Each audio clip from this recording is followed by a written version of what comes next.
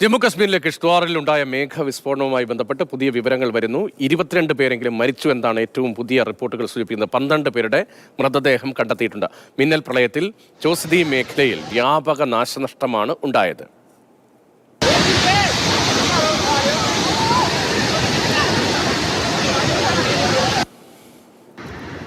അർജുൻ പീതാംബരനാണ് വിവരങ്ങളുമായി ചേർന്നത്. അർജുൻ, മരണസംഖ്യ ഉയരാനുള്ള സാധ്യതയുണ്ടോ? ഇനിയും ഉയരാനുള്ള സാധ്യതയുണ്ട്. 22 പേർ മരിച്ചു എന്നതല്ലേ ഏറ്റവും ഒടുവിലത്തെ വിവരം?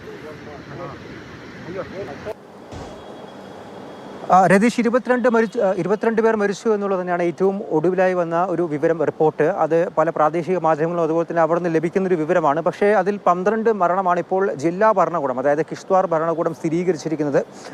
അവർ പുറത്തുവിട്ട കണക്കനുസരിച്ച് 12 പേരുടെ മൃതശരീരങ്ങൾ ഇപ്പോൾ കണ്ടെത്തിയിരിക്കുന്നു എന്നുള്ള കാര്യമാണ്. കൂടുതൽ പരിശോധന, തിരച്ചിലൊക്കെ അവിടെ നടന്നുകൊണ്ടിരിക്കുകയാണ്. ഒപ്പം തന്നെ ഈ രക്ഷാപ്രവർത്തനം കുറച്ചുകൂടി വേഗത്തിലാക്കാൻ വേണ്ടിയിട്ടുള്ള പരിശ്രമം കൂടി നടക്കുകയാണ്. ഇപ്പോൾ ഈ ഏകദേശം 300-നടുത്ത് തീർത്ഥാടകരാണ് കുടുങ്ങിപ്പോയത്. ഈ ചോസ്തി എന്ന് പറയുന്ന മേഖലയിൽ തന്നെ പല പാലങ്ങളും റോഡുകളും ഒക്കെ തകർന്നു പോയതുകൊണ്ട് അവിടെ നിന്നും അവരെ സുരക്ഷിത സ്ഥാനങ്ങളിലേക്ക് മാറ്റിക്കൊണ്ടിരിക്കുന്നു. അതിൽ ഭൂരിഭാഗം പേരെയും ഇപ്പോൾ സുരക്ഷിത സ്ഥാനങ്ങളിലേക്ക്, കിഷ്ത്വാറിലെ തന്നെ മറ്റു പല മേഖലകളിലേക്ക് മാറ്റി എന്നുള്ള ഒരു വിവരം കൂടിയാണ് ഇപ്പോൾ അവസാനമായി SDRFിൻ്റെ ഭാഗത്ത് നിന്നും എത്തിയിരിക്കുന്നത്. SDRFിന് പുറമെ സൈന്യവും അതുപോലെ ജമ്മു കശ്മീർ പോലീസും രംഗത്തുണ്ട്, രക്ഷാപ്രവർത്തന രംഗത്തുണ്ട്. SDRFിൻ്റെ കൂടുതൽ സംഘങ്ങൾ വന്നുകൊണ്ടിരിക്കുന്നു.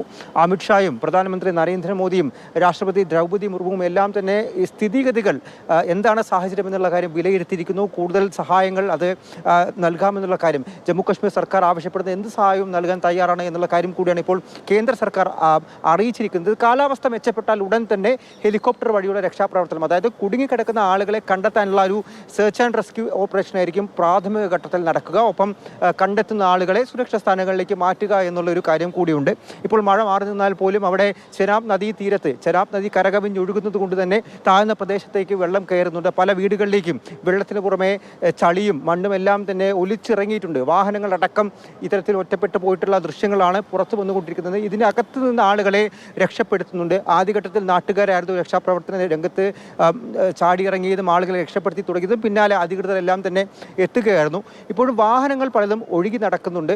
പല വീടുകളിലും ഭാഗികമായിട്ടെങ്കിലും ഈ വെള്ളത്തിനടിയിലായിട്ടുണ്ട്. അതിനകത്തെല്ലാം തന്നെയുള്ള പരിശോധന അത് സങ്കീർണമാണ് ഈ കാലാവസ്ഥയെ വെല്ലുവിളിച്ചുകൊണ്ട്. പക്ഷേ അതുകൂടി പരിശോധിച്ച ശേഷമായിരിക്കും 22 ആണോ അല്ല അതിനപ്പുറത്തേക്ക് ഒരു പക്ഷേ മരണസംഖ്യ പോകുമോ എന്നുള്ള കാര്യം കൂടി നമുക്ക് അറിയേണ്ടത്.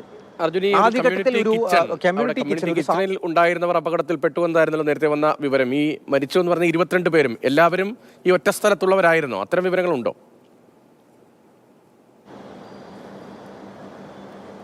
ഈ ചോസ്തി എന്ന് പറയുന്ന ഒറ്റ സ്ഥലത്തുണ്ടായിരുന്നവർ തന്നെയാണ് മരിച്ചത്. അതിൻ്റെ വിവരം തന്നെയാണ് ആദ്യഘട്ടത്തിൽ വരുന്നത്. പ്രത്യേകിച്ചും ഈ കമ്മ്യൂണിറ്റി കിച്ചൺ, ഈ സാമൂഹിക അടുക്കളയിൽ അത് ഒളിച്ചു പോയപ്പോൾ അതിനകത്തുണ്ടായിരുന്നവരുടെ മൃതശരീരമാണ് 12 പേർ അത് ഇപ്പോൾ ലഭിച്ചിട്ടുള്ളത്. അതിൽ കൂടുതൽ ആളുകൾ അതിനകത്തുണ്ടെന്നുള്ളൊരു വിലയിരുത്തൽ കൂടിയുണ്ട്. അങ്ങനെയാണ് 22 മരണം എന്നുള്ള റിപ്പോർട്ടെല്ലാം തന്നെ ആദ്യഘട്ടത്തിൽ വരുന്നത്. അതിനപ്പുറത്തേക്ക് വിനോദസഞ്ചാരികളും തീർത്ഥാടകരും ഈ അപകടത്തിൽ അകപ്പെട്ടിട്ടില്ല. അങ്ങനെ കാണാതായവരുടെ വിവരമൊന്നും തന്നെ ഇപ്പോൾ പുറത്തു വന്നിട്ടില്ല. ഒപ്പം തന്നെ ഈ ചോസ്തി മേഖലയിൽ സ്ഥിരവാസം ഉണ്ടായിരുന്ന, അതായത് വീടുകളിൽ താമസമുണ്ടായിരുന്നവരും ഓടി രക്ഷപ്പെടുകയായിരുന്നു ചെയ്തത്. അവരും ആദ്യഘട്ടത്തിൽ ഒന്നും തന്നെ ഈ പ്രളയത്തിലോ ഒഴുക്കിലോ പെട്ടുപോയിട്ടില്ല.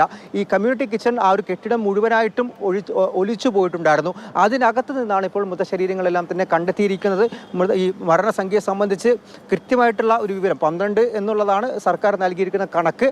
22 എന്നുള്ള റിപ്പോർട്ടുകളടക്കം വരുന്നുണ്ട്. അതിൻ്റെ കൂടുതൽ കണക്കുകളും കാര്യങ്ങളെല്ലാം തന്നെ ഇപ്പോൾ മനസ്സിലാക്കി കണക്കെടുപ്പ് അടക്കം നോക്കിയ ശേഷമായിരിക്കും കൃത്യമായിട്ടുള്ള വിവരം എന്തായാലും ജമ്മു കശ്മീർ സർക്കാർ പുറത്തുവിടുക. പക്ഷേ രക്ഷാപ്രവർത്തനം നടത്തുന്നുണ്ട്. അത് സങ്കീർണമാണ്. ഒരുപാട് വെല്ലുവിളികൾ കാലാവസ്ഥയെ അടക്കം നേരിട്ടുകൊണ്ടാണ് ഇപ്പോൾ നടത്തിക്കൊണ്ടിരിക്കുന്നത്.